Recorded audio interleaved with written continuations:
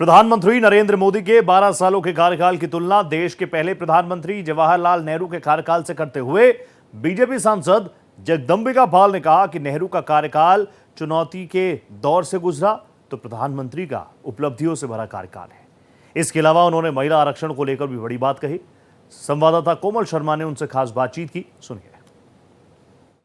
BJP सांसद और वरिष्ठ नेता जगदंबिका पाल जी इस वक्त हमारे साथ है। सर, जिस तरीके से प्रधानमंत्री नरेंद्र मोदी ने 12 साल प्रधानमंत्री के तौर पर जो है पूरे किए, एक रिकॉर्ड भी तोड़ा है। कल जो बैठक हुई उसमें उनका स्वागत भी हुआ, अभिनंदन प्रस्ताव भी रखा गया। उन्होंने जिस तरीके से कहा कि एनडीए को पूरे को साथ लेके चलना है, तो किस तरीके से इस कार्यकाल को आप पूरा देखते हैं? देखिए, 12 साल का कार्यकाल जो है निश्चित तौर से केवल एक रिकॉर्ड का कार्यकाल नहीं है।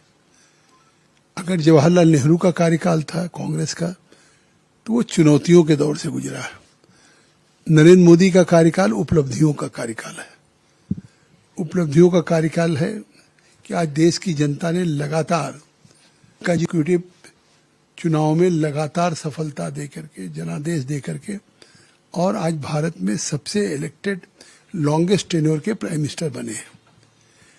आखिर 2014 में जब प्रधानमंत्री मोदी जी बने थे, उस समय देश में भारत की छवि दुनिया में ये थी कि यहाँ पॉलिसी पैरालिसिस है, सरकार के पास कोई नीति नहीं है, पंगुता है, बनाना रिपब्लिक है।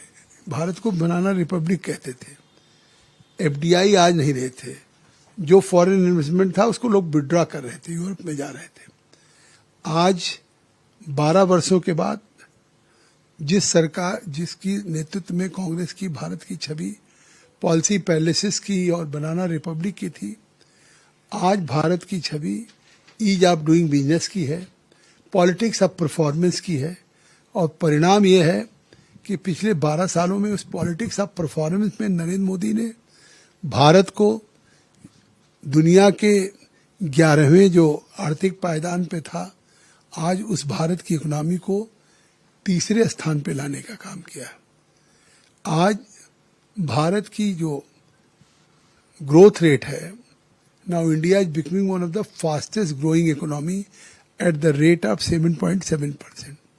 तो ये दुनिया के सामने कोविड की वैश्विक चुनौती हो, इस समय वेस्ट एशिया की चुनौती चल रही हो, अमेरिका, इजराइल, ईरान, उधर यूक्रेन, रूस, ऐसी परिस्थितियों में दुनिया की सबसे तेज अर्थव्यवस्था, इससे साफ है कि आज देश की जनता ने जो भरोसा दिया था वो और पुख्ता हुआ कि आज भारत में लोगों के लिए मतलब क्वालिटी ऑफ लाइफ मिल रही है। भारत एक्सप्रेस के लिए कैमरामैन धर्मेंद्र के साथ में कोमल शर्मा।